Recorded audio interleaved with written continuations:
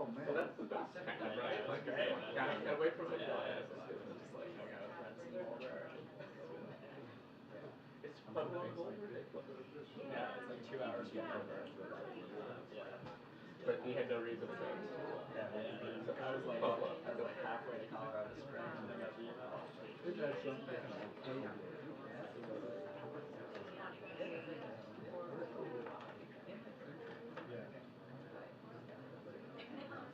I spent a summer in college in Colorado Springs. It's a weird place. Never been. What's it? Temple Mountain? Yeah, This is now 22 years ago. Sprawling. All these extraordinary mountains. Focus on the downhills.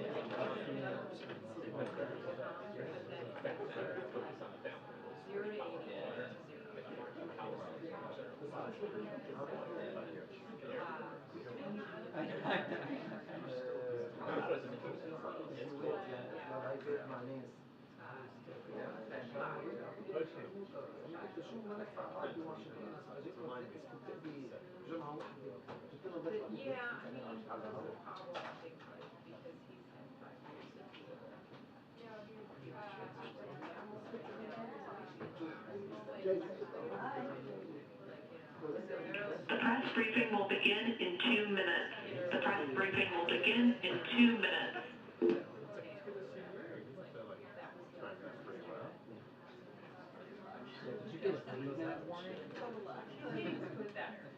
Scoop, there's going to be a 2-minute warning in 1 minute.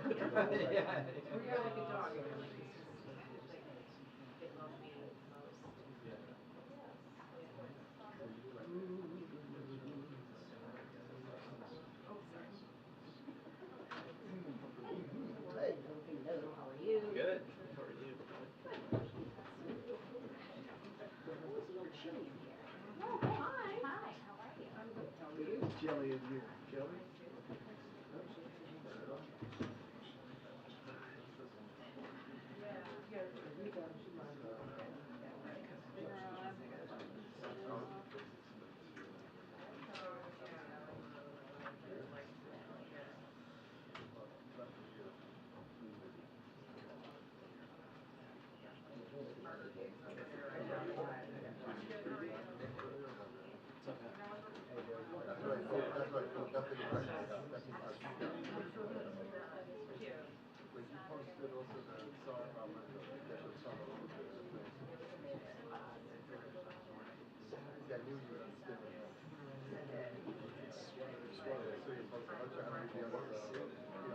You were.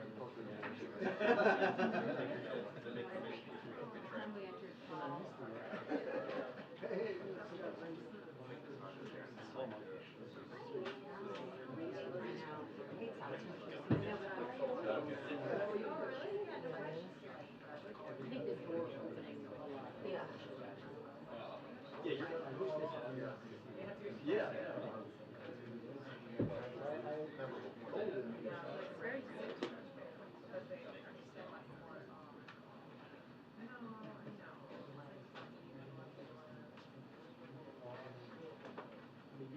Oh, so we'll make it you just can't slide it. Good afternoon, everybody. Good to see everyone. I have a couple things at the top before I turn it over to the Admiral. As the conflict between Israel and Hamas continues, President Biden has made it a top priority to ensure that the Palestinian people receive urgently needed humanitarian aid. This is something he's been actively engaged on over the past week, including calls with President Sisi of Egypt and in meetings and calls with Prime Minister Netanyahu. We are glad to see the first convoys of humanitarian assistance over the weekend cross the border into Gaza and reach Palestinians in need. And we're grateful for partners involved in these efforts. It is important to keep Rafah crossing in operation and aid flowing without diversion from Hamas. Humanitarian assistance remains a critical and urgent need for Palestinians in Gaza. We know, and we understand this, that much more is needed, and this will remain a priority for us in the days and weeks ahead. I also wanted to say a few words about the supplemental request that we detailed to all of you on Friday. Under President Biden's leadership, we have rallied a global response to Putin's invasion of Ukraine and provided aid to Israel following Hamas's barbaric terrorist attack. We now need Congress to provide additional resources that will advance our national security and support our allies and partners in their fight against tyrants and terrorists. The supplemental the President put forward invests in American defense industrial base to ensure our military readiness, strengthen the American economy, and create American jobs, support Israel as it protects itself against Hamas, helps Ukraine defend against Putin's brutal invasion, provides humanitarian assistance to innocent civilians devastated by Putin's invasion and Hamas's horrific attacks, strengthens security and stability in the Indo-Pacific, provides alternatives to corrosive financing by the PRC, strengthens border security, and fights the flow of fentanyl. The world is watching, and the American people expect their leaders to come together and deliver on these priorities. We will continue to work with members of both parties to address these needs in a bipartisan agreement in the weeks ahead. And with that, Admiral John Kirby from the National Security Council is here to answer any questions that you have on Israel and any other foreign-related items. Admiral? Afternoon, everybody. Just to briefly recap events of the past few days, I thought it'd be good to kind of catch up here after the weekend.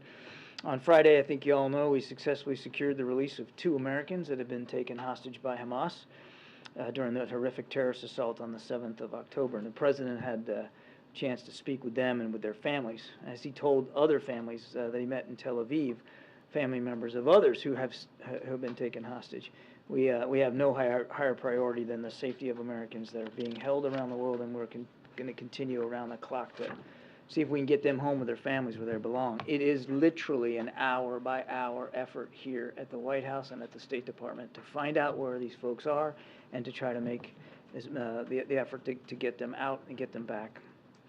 As Karine just spoke about, of course, first convoys over the weekend of humanitarian assistance across that border, and was able to reach Palestinians in need, and as she also said, we're going to continue those efforts going forward. It's important that the aid be sustainable, and that's what we're focused on. And of course, throughout the weekend, the President received briefings from his national security team on all the latest developments. And yesterday, as you know, he convened calls with Prime Minister Netanyahu, His Holiness, Pope Francis, and then, of course, with the leaders of Canada, France, Germany, Italy, and the United Kingdom. I'm sure you all saw the joint statement from all those leaders that they released last night. I won't reiterate it, but you can hopefully take away from that a real clear consistency and unanimity for Israel's right to defend itself against terrorism, while, of course, adhering to international humanitarian law, including the protection of civilians. Now, we've also seen over the course of the last few days, actually the course of the last week, but certainly over the last couple of days of the weekend, an uptick in rocket and drone attacks by Iranian-backed proxy groups against military bases housing U.S. personnel in Iraq and Syria. And we're deeply concerned about the potential for any significant escalation of these attacks in the days ahead. At the direction of President Biden, the Secretary of Defense has ordered the military to take steps to prepare for this, to ensure that we're postured appropriately, both in terms of being able to defend our forces and respond decisively as needed. The Secretary of Defense has directed 2 carrier strike groups to the region, and we are now sending more air defenses to U.S. air bases in the region. Now, we know these groups are supported by the IRGC and the regime. We know Iran continues to support Hamas and Hezbollah. And we know that Iran is closely monitoring these events and in some cases actively facilitating these attacks and spurring on others who may want to exploit the conflict for their own good or for that of Iran. We know Iran's goal is to maintain some level of deniability here, but we're not going to allow them to do that. We also are not going to allow any threat to our interest in the region to go unchallenged. We demonstrated last week that we have and will use the military capables available to us to protect and defend those interests. And those capabilities are getting bigger and better every day. As President Biden has said, our message to any hostile actor seeking to escalate or widen this conflict is very simple. Don't do it. With that, take some questions. John, is it your view that the Israelis should begin their Gaza offensive whenever they feel ready? It's our view that the Israeli Defense Forces, Steve, need to decide for themselves how they're going to conduct operations. We're not in the business of dictating terms to them, and we're certainly not going to be in the business here from the White House of previewing any future operations one way or the other. That would be inappropriate. And secondly, you said that Iran is actively facilitating these attacks. What are you seeing? What exactly are they doing? Oh, their support for these Iran-backed proxies is no secret. It's pretty open, and they've made no secret of it. Funding, resourcing in terms of providing the rockets and the munitions that they fire, training for some of these guys. I mean, there is a connection between these groups and the IRGC, a very direct connection. We have reported that the administration has been urging Israel to delay a ground invasion. Can you tell us whether other countries are making the same request? Is there a coordinated effort on that front? MJ, I won't speak for other nations and what communications they might be having with Israel. I can tell you, we have since the beginning of the conflict, in the early hours, maintained a level of communication with our Israeli counterparts to ascertain their intentions, their strategy, their aims, to see what their answers are to the kinds of tough questions that any military ought to be asking before you launch any kind of a major operation. Have you thought through the branches? Have you thought through the sequels? Have you thought through the unintended consequences? And so we are in active conversation with them about that. And John, we've seen a number of leaders travel to Israel or commit to traveling to Israel, of course the president himself. Is it your understanding that there would not be a ground invasion as long as there's a head of state in the country? That is a question for Israeli officials to speak to, MJ. Again, I just don't want to be in the position where I am speaking for the Israeli Defense Forces. And just another quick topic.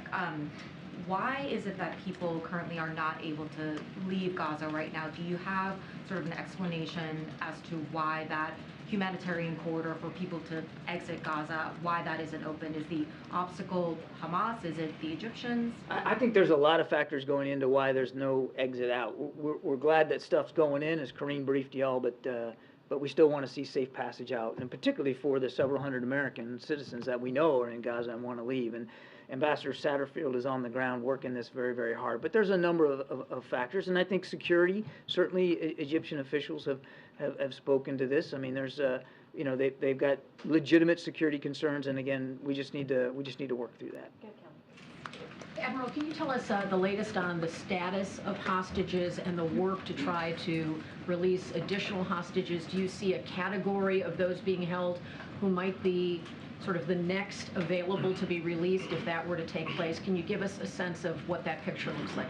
I wish I could, Kelly. I really do. And these are all great questions, but unfortunately where we are right now in the process makes it impossible for us to publicly detail the efforts that are going on. We are grateful for all the help we got, and we got help getting those two Americans out, the mother and daughter, and we're glad that they're okay and they're going to be reunited with the families and come back home. But there's a bunch of others that aren't. Now, a small group we still think are Americans, and then there are dozens and dozens from other countries, and obviously Israel as well. And there's just a lot of effort going on, a lot of conversations and discussions with partners in the region, and I think it's just best if we don't detail that. Do we have more specificity on the number of Americans? It's floated from a handful to as many as 10. Anything more on that? I want to be careful here because the numbers, as you rightly said, have fluctuated since the last time I talked to you. Certainly now we're glad to know that the number's down by 2, obviously. But we still have about 10 unaccounted for Americans, and it's not exactly clear to us where those 10 people are. So I would still categorize it as about a handful. And I know that's not the specificity you want, but that's really as detailed as I think I should get today. One last issue. There's a dual national from Maryland, young man who went to serve in the IDF, who was killed in action. Can you speak to that situation, if the president has reached the family or has any intention to do that? Any particulars there? Well, we certainly offer our deepest condolences to the family. That's news no mom and dad ever want to get. I don't have any communication to speak to one way or the other, but again, our thoughts and prayers go to the family, sure. John, on a post-Hamas Gaza, if that were to happen, is there anything that you can share on what conversations the U.S. is having on what that post-Hamas Gaza would look like and who would run things? Really, that's going to be a conversation that Israeli officials, need to start having amongst themselves. And I think, again, without speaking for them, I don't think I'm going too far to say that the focus right now is on going after Hamas, where they are in Gaza, getting humanitarian assistance in, getting people out. That's where our focus is, and I know the focus of our Israeli counterparts is certainly on prosecuting these operations against Hamas. I think the issue of governance in Gaza certainly is not unimportant, but I wouldn't speak for the Israelis in terms of how deeply they're diving down into what that needs to look like. The U.S. is helping with that conversation, please? We have talked to the Israelis again about their aims and strategy, and that includes some of the long-term issues that are out ahead of them.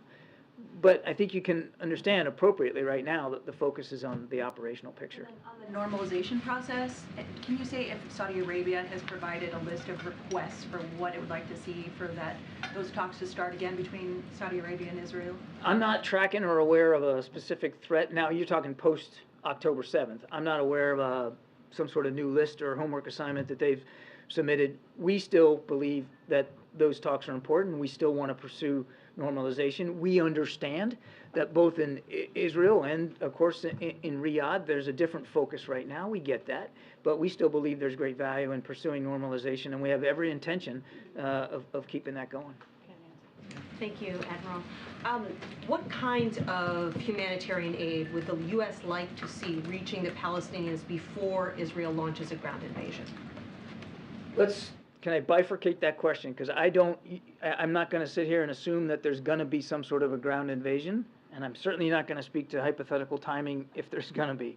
Let's just talk about humanitarian assistance writ large. And you heard Karine, we are getting food, water, medicine in to Gaza, not enough. I mean, there's been, I think, 3 convoys, some little less than 60 trucks. That's a good start, but it is just a start. We want to see it keep going, and I think over coming days you're going to continue to see convoys of trucks getting in. But it's also, fuel is also an issue.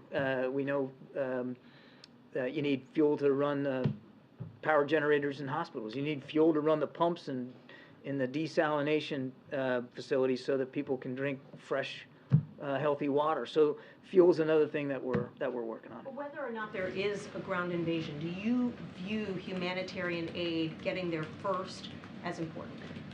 Whether or not there's a ground invasion, we believe that humanitarian assistance flowing to the people of Gaza is critically important, and it needs to go as soon as possible and as much as possible. And where does the president stand on this? Because there was some confusion over the weekend about whether or not he had said that, yes, he does want Israel to wait until humanitarian assistance can get to the Palestinians before any invasion. We have been crystal clear with our partners in the region, including Israel, that we want to see humanitarian assistance flow. There's been no change to our posture on that at all. But as I said, I think to Steve's question, we're not dictating military terms to the Israeli Defense Forces. They have a right and a responsibility to go after these terrorists, and they certainly are going to do it in a way that they choose to, that they believe is appropriate to the threat.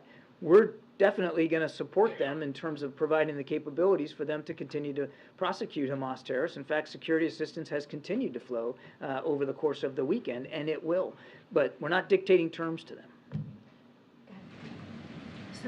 Thank you. So the UN Secretary General, the European Union Foreign Policy Chief, and several international leaders are calling for a humanitarian ceasefire. Will we see the United States calling for a humanitarian pause? What we want right now is make sure Israel has the tools it needs to defend itself and to go after Hamas, and that humanitarian assistance keeps flowing. Now, it's started, and it's a good thing. We want to keep it going and keep it sustainable. That's what we're focused on. Sorry, you mentioned this joint statement yesterday where President Biden and several Western allies asked Israel to protect civilians. But the death toll in Gaza is rising sharply. does it look to you that Israel is abiding by international law? Are they listening to your advice? We're not going to parcel out each and every event that happens on the battlefield, especially since we're not there. I can just tell you that there hasn't been a conversation that we've had with Israeli counterparts, and we've had them at all levels, where we aren't talking about not just what they want to do, but how they want to do it. John, 2 Fridays ago, I reported that the U.S. was urging Israel to delay a ground invasion. The day after, the officials here issued statements to other outlets denying that was the case. In the days, week plus since, other outlets have started to report the same information that I had, but today you're not confirming any of those reports. My question is, aren't you at all concerned that if the U.S. is not clear with the public about what we are asking or suggesting to Israel that they do here, that that's going to complicate getting this aid package through Congress? I mean, you guys are asking for more than $105 billion, which a portion of this goes toward Israel. Are you concerned that not being clear with folks about what the U.S. is advising Israel to do will hamper support in Congress for this aid? We've been very clear and consistent about our support for Israel and their ability to defend themselves. Jackie, we've been very clear and consistent about the fact that we're going to keep providing security assistance so that they can do that. We've been clear and consistent about the need for humanitarian assistance to flow, and clear and consistent about our desire to get people out of Gaza as well as to get our hostages home. I think we've been very clear and consistent throughout, and that includes with members of Congress. And yes, we are going to need congressional support to continue to support Israel. We've got enough appropriations available to us for a while longer.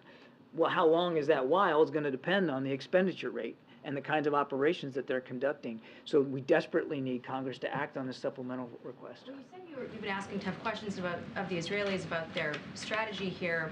Are you liking the answers that they're giving you? No, I'm not going to talk about the details of the conversations that we're having. Again, these have been clear and consistent conversations.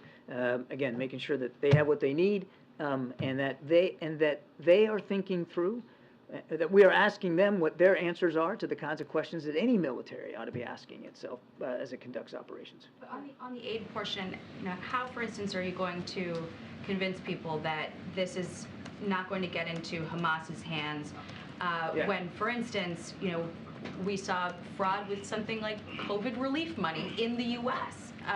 And we're now talking about securing an understanding with Hamas, a terror group, about how this humanitarian aid should be used. I mean, how can you convince people that that is going to be a worthwhile, necessary, and secure endeavor? We certainly share concerns about any diversion of humanitarian assistance for Hamas purposes. I mean, for instance, fuel's a good example.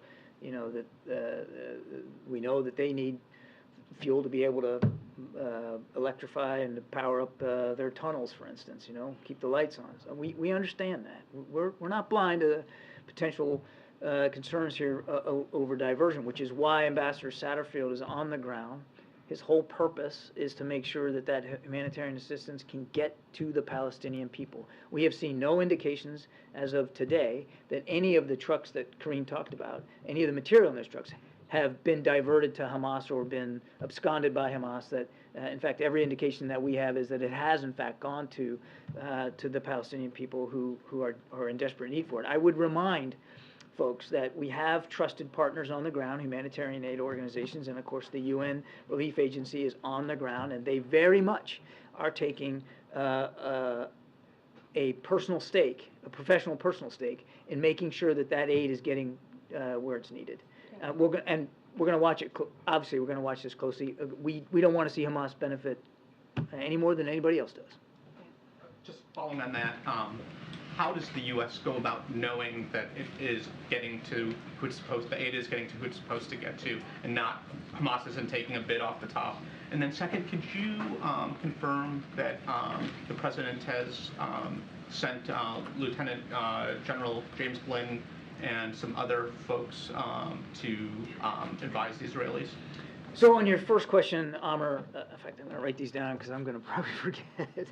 But on your first question, as I said, we're working with trusted partners on the ground, including the UN, and that's the way we do it in so many countries around the world, where we don't have a footprint, we don't have or any regions of the world, where we don't have a footprint. I mean, We're not on the ground to personally inspect these things, but we do have trusted partners on the ground, including the UN and some of these aid organizations, who will report what they're seeing and where they're taking this material and who's getting it. So we'll stay in close touch with them, and we all share the same desire that Hamas not be able to divert any of this stuff for their own purposes. We all share that desire. And it's not just the United States. You said, how's the United States going to monitor? The whole international community has a stake here in making sure that the people of Gaza get this food, water, medicine, and other vital needs met. On your second question, what I can tell you is that that there are a few relevant military officers with experience, the kinds of experience that we believe is appropriate to the sorts of operations that Israel is conducting and may conduct in the future, to go over there to share some perspectives from their own experience and to ask the hard questions, the same hard questions that we've been asking of our Israeli counterparts since the beginning. Can you say how many? A few. A few. Thank you, Admiral. Israel has repeatedly said that its top priority is destroying Hamas. So what is America's top priority, and are the two countries on the same page here? America's top priority, I think President Biden made that clear when we were over there, is to make sure that Israel has the tools and the capacity and the capabilities to go after Hamas terrorists, and to make sure humanitarian assistance flows in, and to make sure we can get innocent civilians who want to leave Gaza out, including American citizens. If Israel does begin this ground invasion, could you just outline how this would complicate getting the remaining hostages out and how it would impact America's strategy? Again, I just don't think it's wise for me to get up here and do a bunch of speculating and hypothesizing about operations that haven't happened yet. We'll let the Israelis speak for themselves and for what operations they're going to conduct. All I can tell you is we're going to make sure that they have what they need to do it, and that the humanitarian assistance keeps flowing. But are there any differences? Because you outlined 3 top priorities for America, and Israel has repeatedly said the top priority is destroying Hamas. So how can you achieve all of the priorities from America at the same time Israel gets their top priority? We agree that the top priority has got to be going after Hamas. There's no daylight here. We also think it's important for humanitarian assistance to flow and for our hostages to get home with their families, and we're working all 3 of those things. Okay, way in the back. Thank you. Have you been tracking new reporting coming out that Hamas and the Red Cross are working together to exchange another 50 Israeli and dual citizenship hostages? Is there anything you can say about that? No, I cannot. And then another question on Iran. Some officials have expressed concern over escalation, particularly with Iran, and Iran's foreign minister warned, quote, anything would be possible at any moment and the region will get out of control. So have you seen any indication that Iran is preparing to further expand this conflict more so than what we've already seen? I touched a little bit on that in my opening statement. We know that they're supporting these groups. We know they've supported Hamas and Hezbollah. We know they're monitoring these events very, very closely, and in some cases urging on some of these groups. And that's why I made it clear the president does not want to see this conflict widen. We have added additional military capability into the region to deter any such action, and we will act appropriately to protect and defend our national security interests in the region. You saw that just last week when a guided missile destroyer shot down missiles and drones that were potentially on their way into Israel. We take those responsibilities seriously, and anybody else in the region ought to be paying attention to that. Hey, Karine. John, do you have an update on whether Iran was directly involved in the October 7th attack on Israel? Because some Israeli officials say that they have evidence, but they have not presented any yet. Yeah, I would say we're in the same place we were. We know there's complicity here by Iran. As I just said, they have been supporting Hamas for years, a couple of decades, and Hamas wouldn't be able to function or exist without Iran. But I can't stand here before you and say that we've seen a particular piece of intelligence that shows that they were participating in, witting of, directing what happened on October 7th. But again, nobody's doubting, nobody's walking away from the fact that Iran does bad things with bad people in that part of the world. How does the White House see China's role in the Israel-Hamas conflict, and what's your reaction to China sending 6 warships to the Middle East? I'll let China speak for their foreign policy in the region and whatever their take is. I've seen them call for both sides to ratchet down the violence. We've been clear about where we are, and we're on Israel's side here. Israel needs this support to go after Hamas terrorists. That's not going to change. And I'll let them speak to their naval maneuvers and where they're putting their ships. China or Russia on the Israel-Hamas conflict or not? I know of no particular conversations we've had bilaterally with either country thus far. Thanks, Karine. John, speaking of the Americans in Gaza, some are being told that by the State Department, by the administration, to go to the border. We were told on Saturday they were told to go to the border, but they obviously could not leave. Are you still advising Americans to go to the border? You know, what's the hold up there? You'd have to talk to the State Department. I can't speak for the communication that they're having with American citizens there. What I can tell you is that we are working this very, very hard to get them out of Gaza, again, through Rafah. And Ambassador Satterfield literally is working this as you and I are speaking right now. And so we obviously, if we want to get them out, we want to have them available as close by as possible so that that can be effected in a very efficient way. But as for what specific messages the State Department is sending today and Monday, you'd have to talk to them. Speaking about what President Biden said on Friday at the fundraiser, he talked about the Hamas attack being carried out to disrupt the normalization efforts between Israel and Saudi Arabia. Can you talk more about what he meant by that? Is that the administration's position as well? We certainly can't discount the fact that could have been a goal here. I mean, look, Hamas wants to wipe Israel off the map. They simply just want to kill as many Israelis as they can. That was the purpose of October 7th, to just take life. And it is perfectly possible that there were other geopolitical goals here, as the president alluded to, because normalization between Israel and Saudi Arabia, you can see that would not be in the interest of terrorist groups like Hamas. It certainly wouldn't be in the interest of their backer in Tehran.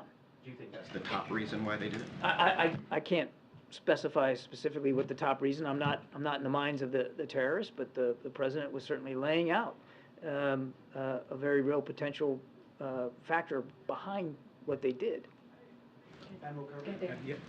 Thanks, Karine. The president has spoken a lot about the work he's done in building a coalition behind Ukraine and supporting Ukraine. Are there any concerns that U.S. support for Israel and as civilian casualties rise in Gaza? Is there any concern that could undermine support for the U.S. stance on Ukraine with countries in the global south, for example, for Brazil, in Asia and Africa, who might be in terms of their views on Gaza? Supporting both right now, both countries, is important to President Biden. That's why we submitted that supplemental funding request last week. It's important that both get the support that they need, not just from the United States, but from the international community, and we're dedicated to that outcome. We're going to stay dedicated to that effort. Yes, I wanted to ask about if there are concerns in the administration in regards to this funding that you guys requested for Congress, given the fact that some of the leadership of the Republican caucus is saying that they would like to approve only a package for Israel and a separate package for Ukraine. Yeah, I'll let members of Congress speak for themselves in terms of how they want to move this supplemental request forward. We submitted together because we believe all of it is important. Every dollar that we ask for the supplemental funding is of an urgent nature, and we urge Congress to move on all of it as quickly as possible. Thank you. With regards to American hostages, you noted that there were conversations and discussions with partners in the region. And on Friday, after those two Americans were thankfully freed, the president thanked the Israelis and Qataris for their partnership in this work. Are the Israelis or Qataris negotiating with Hamas on our behalf, and would the United States ever negotiate with Hamas in order to... I'm not going to go into more detail about the discussions and the negotiations to get those Americans home. If I were to do that for you today, I might actually put at risk opportunities to get more people out, and I'm just not going to do that. Second question then, there's been an uptick on the right among some Republicans who have called for students or foreign nationals who are demonstrating in some of these pro-Palestine demonstrations or allegedly pro-Hamas demonstrations to have their student visas pulled or to face deportation. What is the administration's response to those kinds of remarks, that kind of rhetoric? I would just tell you, you don't have to agree with every sentiment that's expressed in a free country like this to stand by the First Amendment and the idea of peaceful protest. I'll leave it at that. Yeah, can you talk about the degree to which your efforts to get the supplemental funding and work on the crisis are complicated by the fact that we still don't have a speaker after all these days? It would certainly be helpful to have a Speaker of the House. Procedurally, well, that's how you get new legislation to the floor. I'll let the House Republicans speak to their process and what they're doing. We know that there is significant bipartisan support for continuing to support Ukraine and continuing to support Israel. Both chambers, by the way. We know there's a lot of bipartisan support there. The President is urging Congress to act as soon as possible. Okay, a couple more. Go ahead. Thank you, Mr. John. We've seen that the Prime Minister Benjamin Netanyahu, in his last trip to northern Israel, is threatening the whole Lebanon if Hezbollah enters the war from the north front. But you know very well that the Lebanese people has no power over writing Hezbollah's decision if he wants to enter or not. Why want to pay the whole price if a militia group like Hezbollah don't listen to us, don't listen to the government, unless you're asking a civil war, unless we're asking for the Lebanese army to interfere and stop Hezbollah from doing so. So why we need to pay the whole price based on Hezbollah's action? I didn't understand the exact question. So as Lebanese, not pro-Hezbollah, why we need to pay the price if Hezbollah enter the war? Why do the Lebanese people need to pay the price? price? Because Netanyahu said he's going to bring Lebanon to the Stone Age. And do you think we're all happy to see that happening in our home? Look, we know that Hezbollah does not speak for the Lebanese people, the vast majority of the people of Lebanon. We know that, any more than Hamas doesn't speak for the aspirations of the vast majority of the Palestinians living in Gaza. We have said from the very beginning, we don't want to see any actor try to take advantage of this situation to widen or deepen the conflict, and that certainly includes Hezbollah. And that's why the President has added additional military forces to the region, and more forces will be coming in days and weeks ahead to try to deter any actor from widening or deepening this conflict. I understand the question. I don't think at this stage it's helpful to speculate about something that hasn't happened and hopefully will not happen. What I can tell you is we know we have significant national security interests in the region, and we're going to work to protect and defend those interests with additional military capability. And any actor who's beginning to think about entering in and widening or deepening this conflict ought to take a look at how seriously we're taking our responsibilities. So adding more military, and so can we understand what is the job description for these two ships? Is it only to supply military aid for Israel, or also could be possible to enter the war if anything had break in that region? Just a bit of information regarding that matter. Well, first of all, it's not two ships, it's two carrier strike groups. There's a lot of ships in a strike group. I can speak from experience on that one.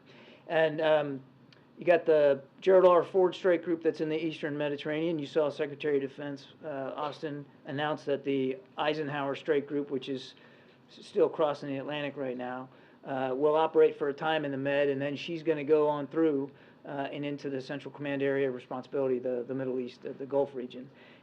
They are there for two purposes, and I'm going to say it again, and you're probably sick of me saying this, but it's true. One is to deter any other actor from widening, deepening this conflict, and two is to make sure that we are ready, poised, and able to protect and defend our national security interests in the region writ large. That's what they're there for. Okay, good, John. Thanks a lot, Karine. John, in regards to the emergency supplemental, you've spoken before about the emergency need for funding for Ukraine. I was wondering if you can talk about what you see about the urgency for funding Israel, why that portion of the aid that you are requesting is so necessary right now. Because if we don't get relief, John, we could potentially have a lapse in our ability to provide those kinds of munitions to Israel. We have existing appropriations, funds available to continue to support Israel for a time, for a short time. Again, I can't be perfectly specific because a lot of it depends on the pace of their operations and what they're going through. We also need to make sure we have appropriations to replenish DoD stocks. We have national security interests around the world as well that we have to meet. And we've provided an awful lot out of our inventory. We need to be able to replenish that. But it's vitally important. And then just to put a fine point on this, I mean, the figure we asked for, which is a little bit more than 14 billion, was directly after consultations with our Israeli counterparts. We didn't pull that number out of thin air. It absolutely was a result of the conversations that we had with the Israelis about the kinds of needs that they have for as long as they think they might need them. Separately on the hostages, a spokesperson for Hamas has suggested that Hamas would release all of the hostages that are in Gaza right now in exchange for a ceasefire. Do you view that as a credible offer? We got to take anything that Hamas says with a huge grain of salt. We don't take anything that they say at face value. Here's an idea, and it's just an idea I'll throw out there. They could release them all now. Just let them go now, because these people didn't do anything wrong. They're just innocent civilians being caught up in this conflict. Let them go now. Now, I recognize that's not going to happen, which is why we're going to keep working with our partners in the region to do what we can to get them released. Thank you very much. John, can you confirm reports suggesting that Chinese Foreign Minister Wang Yi is planning to visit Washington this week? And I was wondering if you can tell us the objective of this meeting with Chinese Foreign Minister. There's been some discussions about some potential meetings with Wang Yi, maybe as soon as this week. But I think the State Department will have more to say about that later today. Also, on the Philippine incident with China, what message is the White House sending to China about the incident yesterday that happened between China and Philippines? I'm sorry. The vessel collision incident with the Philippines and China. What message are we sending to China? What do you say to China about this conflict? Well, so you're calling it a conflict. I'm not aware of a collision, so I'll have to go back to the team and get some more information. But just broadly speaking, we've been very clear about the intimidating, coercive, and frankly, in some cases, reckless behavior by the PLA air and maritime forces, as well as their so-called Coast Guard, in terms of bullying the navies and Coast Guards and fishing vessels of neighboring states. We've been very clear that's unacceptable. It needs to stop. But I can't tell you about the specific event because this is the first I've heard of it. All right, we've got to wrap it up. Go ahead in the back. John, you were talking in addition to the carrier strike groups that there'd be more forces in the days and weeks ahead. Can you outline what you were talking about, what that might look like? No. All right. I want to know how that would be consistent with the president's promise back in 2019 that he's getting out of the forever wars if you're adding more troops. This looks like the exact opposite. The whole reason we're sending that stuff over there is to prevent any widening or deepening of this particular war. It's all about deterrence. And you heard the Secretary of Defense talk. It's not just about naval forces. We're adding some air defense systems and some aircraft squadrons to the region as well. It's all about preventing war. It's all about preventing it. Can you give Thank you. a timeline of what that might look like? No. Oh, yeah. Thank you very much, Karine. There is no doubt that the U.S. is known for human rights values around the world.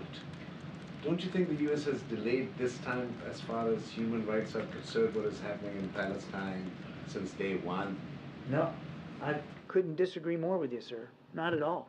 I mean, from the very beginning, early hours of this conflict, we made clear, not just to our Israeli counterparts, but to the American people and people around the world, that we take the respect for innocent life seriously. And we have been talking about the law of war since the beginning. You can go back to the first statement that the president made after the attacks of October 7th and see it right there. It's been a part and parcel of every conversation that we've had. And we have been working hard. We have been spearheading the efforts to get that humanitarian assistance in. It came, those first truck convoys that Karine talked about, came after President Biden spoke to Prime Minister Netanyahu in Tel Aviv, and then to President Sisi on the phone coming home on Air Force One on Wednesday night to get that stuff moving. And within a couple of days, they had some road repairs they had to do. It started flowing. No, sir, we have been working the issue of human and civil rights and protection for innocent life since the very beginning, and that's not going to stop. And the rallies that happen in some of those countries, which are the allies of the United States, some of these rallies were in very huge numbers. Don't you think President Biden needs to play a role towards peace instead of saying that he could handle 2 wars at a time? Does that give a good impression to fight 2 wars at a time instead of working towards peaceful things? From the beginning of this administration, we have been working for a more integrated, cooperative, peaceful, stable, and prosperous Middle East. And I'm not going to reiterate for you the list of accomplishments, but they're all there. I'm happy to send you an email with them. We have been working hard on trying to get the Middle East to be a more stable, prosperous region. That's not going to change. Now, obviously, you know, these attacks on October 7th were horrific, and the Israelis have a right and a responsibility to respond to those attacks. I think everybody understands that. And so we also understand that the focus of countries in the region, particularly Israel, is going to be on that. It's our focus too, but that doesn't mean we're going to give up. It doesn't mean we're just going to walk away from it. We still believe in the promise of a 2-state solution, and we're still going to continue to work for that. We still believe, as a matter of fact, key to eventually getting a 2-state solution is normalization between Israel and Saudi Arabia, and we're still going to work on that as well. Why is the president not focusing in these last couple of weeks on his agenda that was basically for a 2-nation theory? I feel like in the last 2 weeks this war has lowered what the president was aiming to bring normalization through 2 states, and that whole agenda seems like has been put down. I just told you, sir, there's no change in our desire to see a 2-state solution. There's absolutely no change in our efforts to try to get normalization between Israel and Saudi Arabia as a stepping stone to a 2-state solution. But we're not blind to reality. Right now, Israel's fighting to defend itself against Hamas terrorists, and we're trying to help them do that. Right now, the focus of the region is on what's going on, and right now, the president's focus appropriately, sir, is on trying to prevent and widen and deepen this conflict to deter a larger war so that we can get back to the table and we can move forward on those key diplomatic steps. Thank you. Yes, ma'am. Thank you. Thank you. Thank you. Try to keep John as long as we can. But the president's going to be starting his event pretty soon. If folks have any other additional questions, I'm happy to take them. Go ahead, Alma. Just on the state visit, was there any thought of postponing because of the war in the Middle East? And just more broadly, is there any concern that such a celebration come off as, I don't know, a little tone deaf, concerning all the suffering both in Israel and Gaza?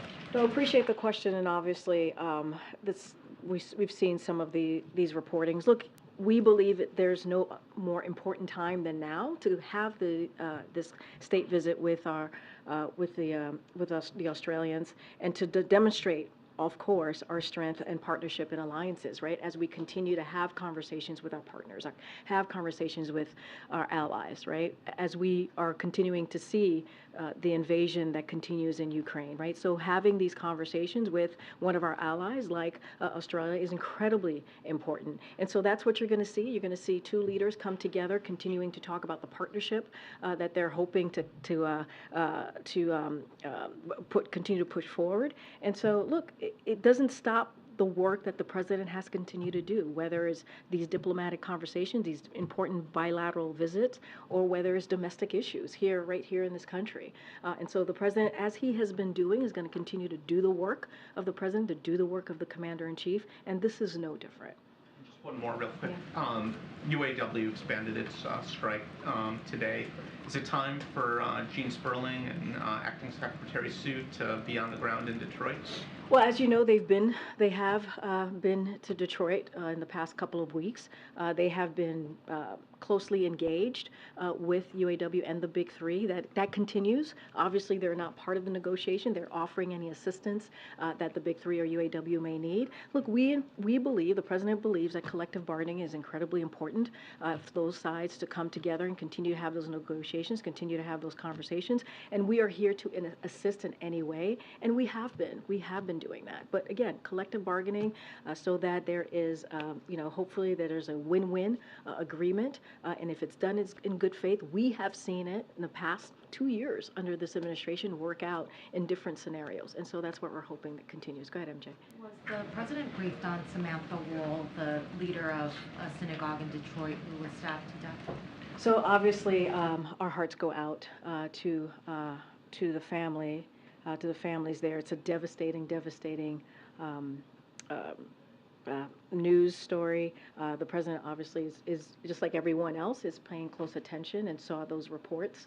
I don't have anything else to add. Obviously, the investigation continues, and we are willing to assist in any way. I just don't have anything else beyond that. What is his level of concern right now about the potential rise of anti-Semitism in light of everything that's going on in Israel? So a couple of things. We have not seen any credible threats. I know there's been always questions about credible threats, and so just want to make sure that that's out there. But look, Muslim and those perceived to be Muslim have endured a disproportionate number of hate-fueled attacks, and certainly President Biden understands that many of our Muslim, Arab Americans and Palestinian American loved ones and neighbors are worried about the hate being directed at their communities, and that is something you heard the president speak to in his address just last Thursday. And so one of the things that the president has done is directed his team, Homeland Security team, to prioritize prevention and disruption of any emerging threats that could harm the Jewish, the Muslim, Arab Americans, or any other communities. And that is something that the president has sought to do and since day one. As you know, the president ran on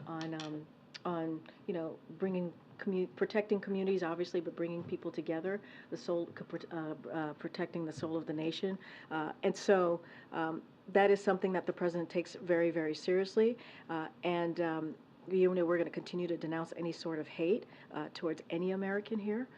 And so that's what we're going to continue to be steadfast on. Again, he has directed his Homeland Security team to make sure that they're on top of this.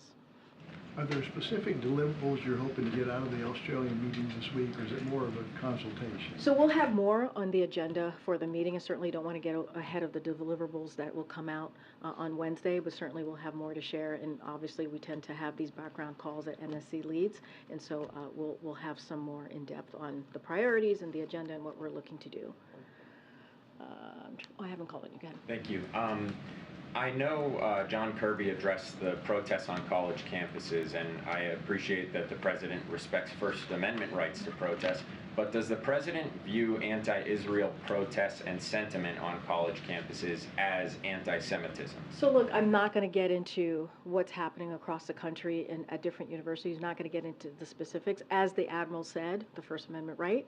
That's what something, peaceful protest is really part of our democracy, being able for folks to be able to express their feelings. I'm not going to get into any specifics on that. The president has been very clear in wanting to make sure that Jewish Americans, wanting to make sure that Arab Americans, Muslims are protected here. That is what he believes in, that they have the right to live their lives and to feel protection and to feel like they're able to be part of a community. The president has been very, very clear on denouncing any type of violence. And so as it relates to peaceful protesting, people have the right to do that. But we're just not going to get into blow-by-blows of what's going on across the country. The president has been very clear, very clear. Blow-by-blow, but the president himself said silence is complicity. So if there's anti-Semitic letters being sent by students or protests, sentiment at protests. Of course, the president doesn't is against anti-Semitism. Of course, this is a president that you have heard me say wants to protect communities. Whether it's the Jewish community, the Arab American community, the Palestinian community, this is someone who is going to speak out against anti-Semitism, of course. But you're asking me, you were kind of conflating the two. You were asking me about protest, and you were asking me about this question. If you talk to a lot of the protesters, you'll hear anti-Semitic comments. And we're going to always denounce. We're always going to denounce anti-Semitism. But at the same time, people have the right to peacefully protest. But we, in this administration, are going to always denounce anti-Semitism, any form of hate, whether it's against the Jewish community, right? Anti-Semitism against the Muslim community, Arab American community, or the Palestinian. We are going to denounce any form of hate that comes towards those communities. As it relates to protests, peaceful protests, people have the right to do that. But this is an administration, obviously, that's going to be very forceful and very clear about denouncing anti-Semitism. Go ahead, Phil. A new Harvard-Harris poll just came out, which showed that a slim majority, 51%, of 18 to 24-year-olds in the United States think that the violence in Israel can be justified by the grievance of Palestinians. I know that you've been unequivocal in saying that the president is going to denounce anti-Semitism, and he has. And he has. Is there anything in particular that the administration is planning to do to take this argument to those college students or those younger generations who seem to be open to the idea that there are two sides to this thing? I don't have anything to lay out on any specific conversations or outreach that the president's going to do to students. As you know, we have an Office of Public Engagement here. We have other offices here at the White House that is constantly engaging with communities, including the young community. I just don't have anything specifics to your question on the president's schedule to do that. I'm going to see who I have not called on. Jackie, I've called on you. Go ahead, way in the back. Karine, when it comes to these different wars, Admiral Kirby made it clear deterrence, right? Send these strike groups to the Mediterranean so that no one else gets involved. But it seems like our deterrence in Russia did not work. Our deterrence with North Korea building up its stockpile didn't work. Now here in the Middle East, our deterrence hasn't worked. What are we doing to make our deterrence actually have teeth? I mean, look, I would look in Ukraine specifically, as you mentioned, with Russia. Remember the first days of that war or of that invasion, Russia was supposed to take down and take over Kyiv. And it is because of what this president was able to do to bring together more than 50 nations, our allies and partners, and also to continue to provide the assistance that Ukraine has been now to fight off, right? To fight off what's going on in their country. It's been impressive. You've all reported how impressive that the Ukrainian people have been, and so that is going to continue. That is continue to support to Ukraine. That's why we put forth the supplemental request last week to hopefully to continue to give those security assistance to Ukraine. And look, as it relates to Israel, the Admiral spoke to that on what we're trying to make sure that Israel has what it needs to defend itself. And we're going to continue. And let's not forget the humanitarian aid that has to go into Gaza. And that is something, remember the president, and Admiral said this, the president went to Israel, had the conversation with the prime minister, also had conversation with President Sisi, and look what he's been able to do. We've seen multiple convoys go in and provide that humanitarian aid. Look, we are going to continue as the commander-in-chief, leader of the free world. Of course, the president is going to make sure that we are there for our partners and allies. That will continue. That will not end. And that's what you're seeing the president do every day. Go ahead. Follow up. I understand you're saying that he's rallied the troops and brought allies together, and that all makes sense. But I guess, again, the origin of my question was, why aren't we doing a better job preventing these wars in the first place? What we are doing, and Admiral spoke to this, of course, as he talked about the Middle East, and of course our goal has always been a prosperous Middle East, a peaceful Middle East. He literally went into speaking about what the goal has been and what we're going to continue to do, make sure that there is peace, right? Make sure that we bring our allies and partners together. That doesn't stop. But at the same time, right, if Russia's going to invade Ukraine, we have to be there for Ukraine.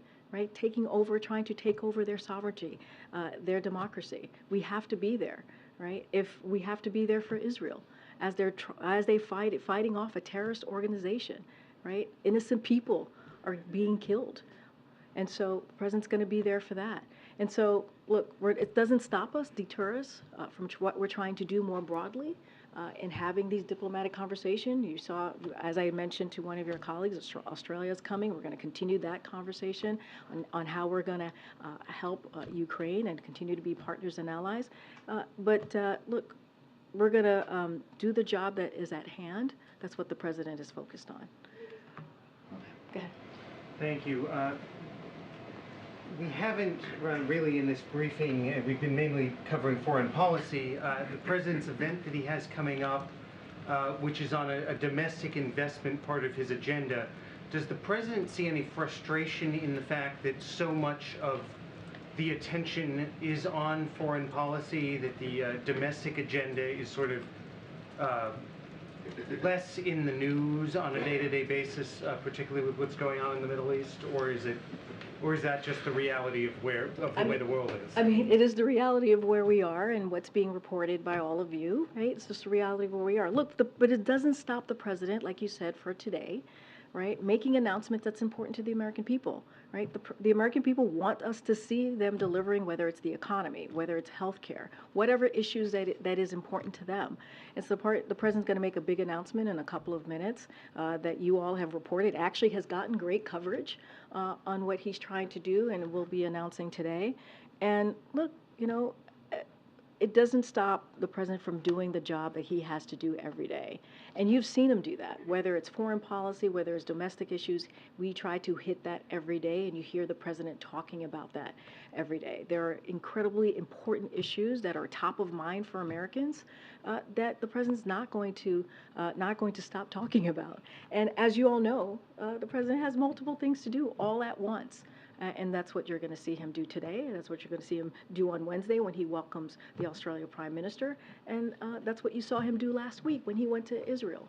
And not just that, had conversation with the president of Egypt, right, to make sure that things are moving forward and making sure that we're getting that humanitarian aid into Gaza. None of that stops. None of that stops. I think I have to go. All right, thanks, everybody. We'll see you tomorrow. Thank you. Will he speak to Israel at this event?